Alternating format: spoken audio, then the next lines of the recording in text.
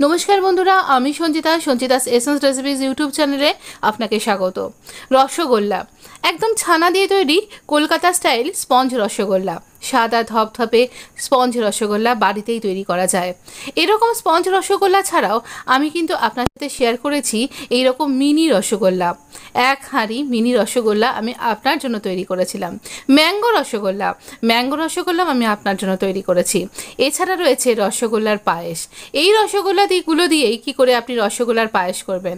আর রয়েছে এখানে ম্যাঙ্গো সন্দেশ, তো এই রকম রসমালাইও রয়েছে। এরকম অনেক রকমের ছানার মিষ্টি তৈরি করতে গেলে আমাদের ছানা তৈরি করতে হবে।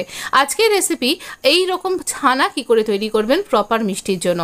ফুল ফ্যাট মিল্ক অবশ্যই লাগবে। 1 লিটার দুধ নিয়েছি, সমান পরিমাণ ভিনিগার আর জল দিয়ে একটা মিশ্রণ তৈরি করেছি। সেখান থেকে 1 টেবিল চামচ মতন আমি আন্দাজে দিলাম। দেবার পর এইভাবে নাড়ছি। ও বলে রাখি, আমি দুধটা জাল দিয়ে নিয়েছি। দেবার পর অফ করে 3 থেকে 4 মিনিট অপেক্ষা করার পর এই ভিনিগারের মিশ্রণটা কিন্তু দিচ্ছি। একটু করে দিচ্ছি আর হাতা দিয়ে নাড়ছি যে কোনো রকম এটা কেটে গেল কিনা, মানে যতক্ষণ না এর একটা গ্রিন ওয়াটার বেরিয়ে না আসছে ততক্ষণ অবধি আমাদের এই প্রসেসটা চালিয়ে যেতে হবে। দেখুন আমাদের ছানাটা প্রপার কেটে গেছে, একদম মিহি ছানা দরকার। আমি খুব ক্লোজে গিয়ে আপনাকে শেয়ার করছি। কিন্তু দেখুন এতখানি জল বেঁচে গেল। এটা আবার আমরা পরের বার মিষ্টি তৈরিতে কাজে লাগাবো। এবার আমরা যে খাবার জল, একদম ফ্রেশ যে খাবার জল, রুম টেম্পারেচারে থাকা জল এর মধ্যে ঢেলে দেবো।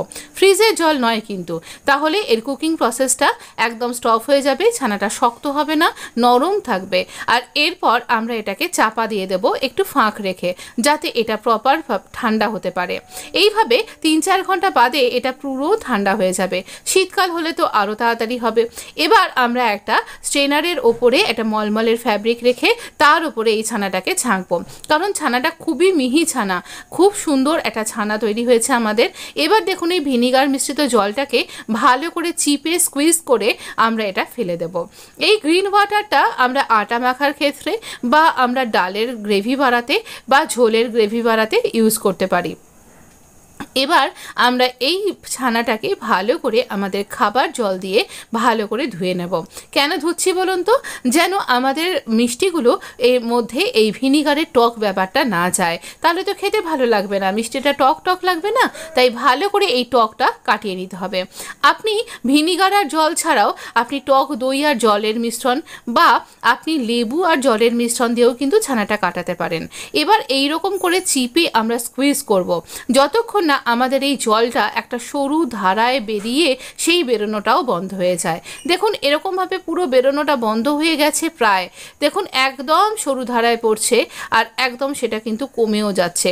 যতক্ষণ পর্যন্ত জলটা বেরোবে ততক্ষণ পর্যন্ত আপনাকে জলটা বার করতেই হবে, কারণ রসগোল্লা তৈরিতে ছানার মধ্যে যেন কোনো জল না থাকে।